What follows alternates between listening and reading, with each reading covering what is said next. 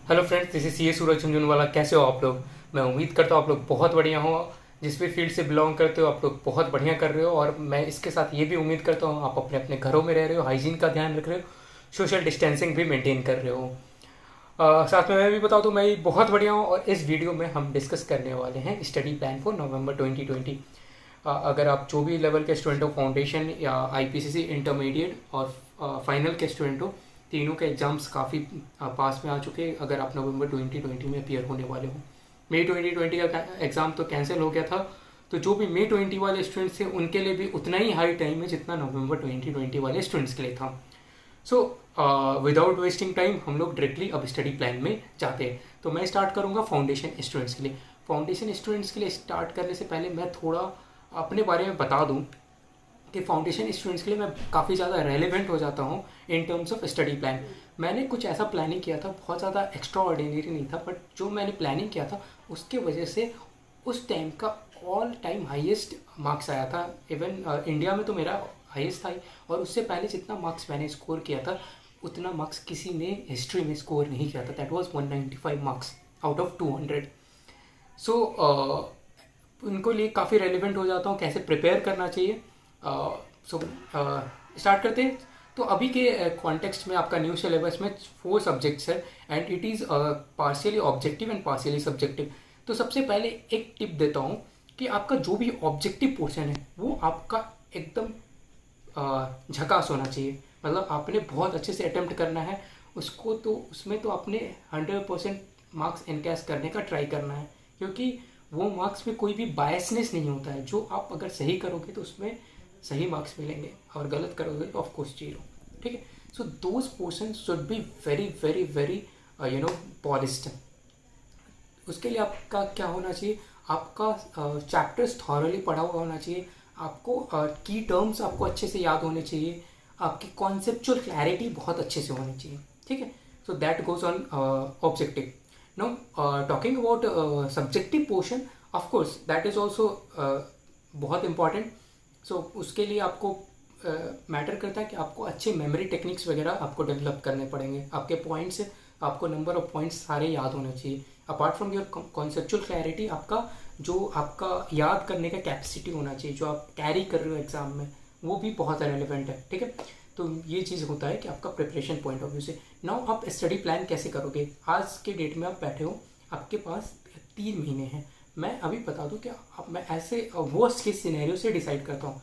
Worst case scenario क्या हो सकता है? अभी आपने क्लासेस भी नहीं लिए, या तो आपने जस्ट स्टार्ट कराया क्लासेस लेने का, ओके, फाउंडेशन का। तो आप कैसे प्रिपेयर करोगे? तो 3 महीने रहते हैं और आपके क्लासेस है 4, और मैं मानता हूँ कि ये क्लासेस करने में आपको नेक्स्ट 40 डेज लग जाएंगे। ओके, नेक्स्ट 40 डेज आपको ये क्लासेस कंप्लीट करने में लग जाएंगे।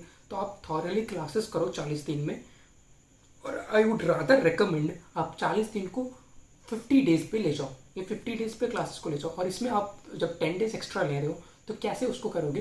तो उसमें आप अच्छे नोट्स बनाओ, अच्छे मेमोरी टेक्निक्स हाथों हाथ बनाते रहो। लेट्स से मेमोरी टेक्निक्स मतलब क्या होता है, कैसे आप मेमोरी टेक्निक्स डेवलप कर सकते हो? आपका कोई एक लेट्स से आपका 5 पॉइंट्स का कोई टॉपिक है, एंड ये टॉपिक में आपका लेट्स से एक पहला जो वर्ड है that starts with M, and then second word starts with A, third word starts with N, फिर fourth word starts with G, and last word start with O. मतलब 5 point MANGO से start होता है। तो आप एक memory technique बना लिए मैंगो, तो आपको मैंगो याद रहेगा, मैंगो तो ऑफकोर्स याद रहेगा आपको। अब मैंगो से आप एक मेमोरी टेक्निक बना लिए कि एम से कोई एक पॉइंट था, ओ से कोई एक पॉइंट था, एंड सो ऑन। ठीक है। तो मैंगो आपका एक मेमोरी टेक्निक बन गया। सो आपको ऐसे मेमोरी टेक्निक्स क्लासेस के साथ में डेवलप कर लेने हैं, और उसमें 10 डेज एक्स्ट्रा लगा के आपको नोट्स वगैरह अच्छे से बनाने हैं, और ट्राई करना है कि जो भी आप क्लासेस जिस दिन कर रहे हो उसके रेलिवेंट क्वेश्चंस, उसके रेलिवेंट जो भी आपने टॉपिक्स पढ़ने हैं वो आप साथ साथ में कंप्लीट करोगे। Okay, this is very important अगर आपकी क्लासेस अभी कंप्लीट नहीं हुई। ओके, अब 50 डेज अगर आप क्लासेस में ले जाते हो तो आपके पास फिर 40 डेज रहते हैं सिर्फ प्रिपरेशन के लिए। तो नेक्स्ट 40 डेज में आप क्या करोगे? तो नेक्स्ट 40 डेज में फर्स्ट 20 डेज आप क्या करोगे? तो फर्स्ट 20 डेज में आपने अच्छे से वापस से उसे पढ़ना है, और उसके मॉक टेस्ट पेपर्स वगैरह कंप्लीट करने। तो आप कैसे करोगे? एक सब्जेक्ट को उठाओगे, एक सब्जेक्ट को 4 से 5 दिन दोगे, उसमें पूरे अच्छे से उसको गो थ्रू करोगे और उसमें आपने एक मॉक टेस्ट पेपर को सॉल्व करने, जब 4 से 5 दिन आपने पढ़ लिया, उसको मॉक टेस्ट को कंप्लीट किया, अकॉर्डिंगली आपने 4 सब्जेक्ट्स आपने करना है। तो 4 × 5 20 डेज आपका यहाँ पे चला गया, तो 50 + 20 70 डेज गॉन। नो रिमेनिंग मैं अप्रॉक्सीमेटली मानता हूँ आपके पास 20 दिन और बचे। Okay, I am talking about on an average, कोई और डेज को मैं ऐड या माइनस कर रहा हूँ, ठीक है। तो 20 डेज जो रिमेनिंग है उसमें आपने फाइनल रिवीजन करना है, फाइनल राउंड ऑफ रिवीजन करना है, और फिर आपने लेना है 5-5 दिन हर एक सब्जेक्ट को देके आपको फाइनल राउंड ऑफ रिवीजन करना है, and then you have to go and sit in examination. तो ये आपका एग्जामिनेशन का प्रिपेयर करने का तरीका होना चाहिए फॉर योर फाउंडेशन लेवल। अब एक सिनेरियो में मैं ये मानता हूँ कि अगर आपका अभी क्लासेस खत्म हो चुका है और नेक्स्ट 3 मंथ्स में आपने सिर्फ प्रिपरेशन करना है, तो आप क्या कर सकते हो, जो फर्स्ट 40-50 डेज जो थे जिसमें आपने बेसिकली क्लासेस लेने थे, उसमें आप क्या करोगे, उसमें आप फर्स्ट 20 डेज 2 सब्जेक्ट उठाओगे, फर्स्ट 20 डेज 2 सब्जेक्ट उठाओगे, उसको पूरा थॉरली पढ़ोगे और उसको दो सब्जेक्ट पर डे उठाओगे, उसको 4.5 आवर्स आप पर डे दो, 9 आवर्स मतलब 4.5 आवर्स पर सब्जेक्ट दो, ठीक है। तो टोटल 9 आवर्स आपका बनता है, 9 hours in a day for 2 subjects. उसको आपने 20 डेज तक ले गए, 20 डेज में आराम से आपका 2 सब्जेक्ट कंप्लीट हुआ, ठीक है। देन आफ्टर नेक्स्ट 20 डेज में आप यही रूटीन को फॉर अदर 2 सब्जेक्ट्स जो रिमेनिंग है उसके लिए फॉलो करो। तो आपका 40-50 डेज का ये एक रूटीन बन जाएगा, जो आपका एक एडिशनल रिवीजन हो जाएगा, एडिशनल कॉम्प्रीहेंसिव रिवीजन हो जाएगा, ठीक है। तो ये अगर आप अभी क्लासेस खत्म कर चुके हैं तो इसके लिए नाउ आपका ये फाउंडेशन का हो गया। अब आता है intermediate and final. Intermediate and final के लिए kind of common I would suggest common he study plan होगा, क्योंकि at this point of time दोनों के पास उतना ही टाइम है और नंबर ऑफ सब्जेक्ट्स भी उतना ही है। हाँ, respective of that time and everything, final का वॉल्यूम ज़्यादा होता है एंड इंटरमीडिएट का, तो अकॉर्डिंगली आप मैनेज तो करते हो। Now talking about number of subjects, 8 subjects होते हैं एट ईच लेवल, ओके। तो अब आपने कैसे करना है, मैं अज्यूम कर रहा हूँ कि अभी 3 मंथ्स है, तो 3 मंथ्स में तो ऑफकोर्स आपने अभी स्टार्ट नहीं किया, तो अब ऑफकोर्स आप थोड़ा पीछे हो, आप ठीक है, आप इम्पॉसिबल सिचुएशन में नहीं हो, बट ऑफकोर्स आप थोड़ा पीछे ऑफकोर्स हो चुके हो।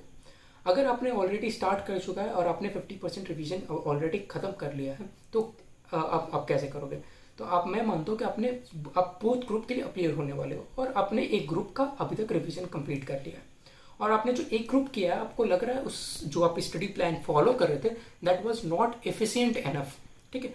आपको लग रहा था वो इससे एफिशिएंट इनफ नहीं, और आप कोई दूसरा स्टडी प्लान जो आपको लगे एफिशिएंट हो सकता है उसके लिए आप सीख कर रहे हो, आप चाहते हो कोई अच्छा स्टडी प्लान मिले, तो आप ये वीडियो देखना। अदरवाइज अगर आपका अच्छा स्टडी प्लान चल रहा है जो आप फॉलो कर रहे हो और आपको इससे इफेक्टिव आवर्स निकल रहे हैं, तो ऑफकोर्स ये वीडियो मत देखो, क्योंकि आपका जो इफेक्टिव आवर्स निकल रहा है, आप जो रूटीन सूट कर रहा है उसी को आप फॉलो करोगे, ओके। अब बात करते हैं कि अगर आपने फर्स्ट ग्रुप को ख़त्म कर लिया तो सेकंड ग्रुप को आप कैसे अप्रोच करना चाहिए। चाहे मैं मानता हूँ 4 सब्जेक्ट कंप्लीट कर लिया, कोई भी 4 सब्जेक्ट कंप्लीट कर लिया, तो रिमेनिंग 4 सब्जेक्ट्स के लिए आपने कैसे अप्रोच करना है। सो आप फॉर द नेक्स्ट 4 सब्जेक्ट्स कैसे करोगे, आप अगेन दिन में 4 सब्जेक्ट उठाओगे, नॉट 1 2, 4 सब्जेक्ट आप उठाओगे दिन में। अब वो 4 सब्जेक्ट को 4 आवर्स ईच दोगे, 16 आवर्स आपने पढ़ना है दिन में, 16 आवर्स पढ़ना है दिन में, आई एम नॉट किडिंग, आपको पढ़ना है 15 to 16 आवर्स आपको पढ़ना है दिन में, और आपने 4 घंटे सारे सब्जेक्ट्स को देने हैं। अब ये 4 सब्जेक्ट को आप नेक्स्ट 1 मंथ ऐसे लेके जाओगे, और ऑनेस्टली अगर आप इफेक्टिवली 4 घंटे दे रहे हो फॉर नेक्स्ट 1 मंथ, आपका ये सब्जेक्ट कॉम्प्रिहेंसिवली खत्म हो जाएगा, ऑल 4 सब्जेक्ट्स, ओके, कॉम्प्रिहेंसिवली खत्म हो जाएगा। आप इसमें कॉम्बिनेशन बना सकते हो कि आपने एक थ्योरी सब्जेक्ट पहले 4 घंटे पढ़ा, फिर एक न्यूमेरिकल ले लिया, फिर एक थ्योरी पढ़ा, फिर एक न्यूमेरिकल ले लिया, तो आप ऐसे 4 सब्जेक्ट का एक रियल बना सकते हो, ओके। तो आपका 16 आवर्स आप 1 महीने तक पढ़ो, फर्स्ट आपका राउंड ऑफ रिवीजन कंप्लीट होगा। एंड मैं ये कहीं से नहीं बोल रहा हूँ, ये इम्पॉसिबल रूटीन नहीं है, ये काफ़ी स्टूडेंट्स फॉलो करते हैं, और ये मैंने खुद फॉलो किया है for my CA final preparation. तो ये 16 आवर्स आपने पढ़ा, आपका अब मान लेता हूँ नेक्स्ट 1 मंथ में आपका पूरा first round of revision completed है, आपके पास नेक्स्ट उसके बाद 60 डेज अप्रॉक्स रहता है to complete your remaining part of revision. अब आप नेक्स्ट अगेन 60 डेज में कैसे प्लान करोगे? आपको second round of revision start करना है। तो आपका जो 8 सब्जेक्ट्स है, आप ईच सब्जेक्ट को 3 से 4 दिन दोगे depending upon your volume of syllabus, कि आप ईच सब्जेक्ट एक सब्जेक्ट उठाए उसे 3 से 4 दिन पढ़े। किसी में 3 दिन, लेट्स से आईटीटी में आपने 3 दिन दिया, डीटी में आपको 4 दिन देना पड़ सकता है, एफआर में 4 दिन देना पड़ सकता है, एसएफएम में हो सकता है 3 दिन देना पड़े। तो अकॉर्डिंगली आप ऐसे प्लान करोगे। ओके, तो 3 से 4 दिन देके नेक्स्ट 1 मंथ में आप क्या करोगे कि आपने सेकंड राउंड ऑफ रिवीजन करना है। अब सेकंड राउंड ऑफ रिवीजन में एक चीज़ बहुत इंपॉर्टेंट है, जब भी आप एक सब्जेक्ट को कंप्लीट करें, एक सब्जेक्ट को आपने उठाया, उसको 3 से 4 दिन में जब भी कंप्लीट करें, तो जिस दिन आप ख़त्म कर रहे हो उसके इवनिंग में, चाहे उसके रात को, आप उसका 3 आवर्स का क्वेश्चन सॉल्व करोगे। जो भी आपका लेटेस्ट एमटीपी, आरटीपी, जो भी एमटीपी, नॉट आरटीपी, एमटीपी में जो एक प्रॉपर पैटर्न रहता है, चाहे आपका लेटेस्ट पास्ट ईयर क्वेश्चन जो है वो सब आप सॉल्व कर सकते हो, और उसको फिर इवेलुएट करो आप कहाँ पे हो। ठीक है, और उसके साथ अगर आपको टाइम है तो उसके साथ साथ आप आरटीपी वगैरह भी उसी टाइम पे देख लो। ऑफकोर्स वो टाइम निकालना पड़ेगा, और आरटीपी वगैरह भी आप देख लो। तो आपका नेक्स्ट 1 मंथ का ऐसे हो जाएगा। फिर लास्ट राउंड ऑफ रिवीजन बचता है जो last 30 days. Last 30 days again आपका ज़्यादा कुछ क्वेश्चन सॉल्व करने का नहीं रहेगा। जो भी आपने पहले राउंड ऑफ रिविजन में क्वेश्चन मार्क करके रखे होंगे, हाईलाइट करके रखे होंगे, वो सब क्वेश्चन आप वापस से यहाँ पे देखोगे। मोर देन सॉल्विंग आपको यहाँ पे देखने का टाइम मिलेगा, बहुत ज़्यादा आपको सॉल्व करने का टाइम नहीं मिलेगा, टू बी वेरी ऑनेस्ट। और आप अगेन 3 से 4 दिन ईच सब्जेक्ट को दोगे, और अकॉर्डिंगली आप एग्जाम को अप्रोच करोगे। और जो भी पहला एग्जाम होगा उससे पहले का 4-5 दिन फर्स्ट सब्जेक्ट पे आप एलोकेट करोगे। 5 दिन आप एलोकेट करते हैं, यूजुअली एफआर रहता है, तो एफआर के लिए आप एग्जाम से पहले का 4-5 दिन एलोकेट कर दोगे, और उसमें सिर्फ और सिर्फ एफआर पढ़ोगे, क्योंकि आपका फर्स्ट एग्जाम अच्छा जाना बहुत इंपॉर्टेंट है। उससे आपका रेस्ट ऑफ एग्जाम के लिए कॉन्फिडेंस मिलता है। अगर नहीं अच्छा जाता है तो रेस्ट ऑफ एग्जाम पे भी उसका इम्पैक्ट होता है, आपका कॉन्फिडेंस लूज हो जाता है। ठीक है, तो ये से आपके सीए इंटरमीडिएट और फाइनल के नेक्स्ट 3 मंथ्स में आपको प्रिपेयर करना है। तो अगर आपका कोई भी क्वेश्चन हो इससे रिलेटेड, चाहे कोई भी फीडबैक हो, तो please do comment on the comment box. अगर आपको ये वीडियो पसंद आया तो please give it a big thumbs up, इससे बहुत ज़्यादा मोटिवेशन मिलती है। और सब्सक्राइब करिए हमारे चैनल को, और बेल आइकन दबाइए for the latest update. Thank you so much, bye bye, and thanks for your time.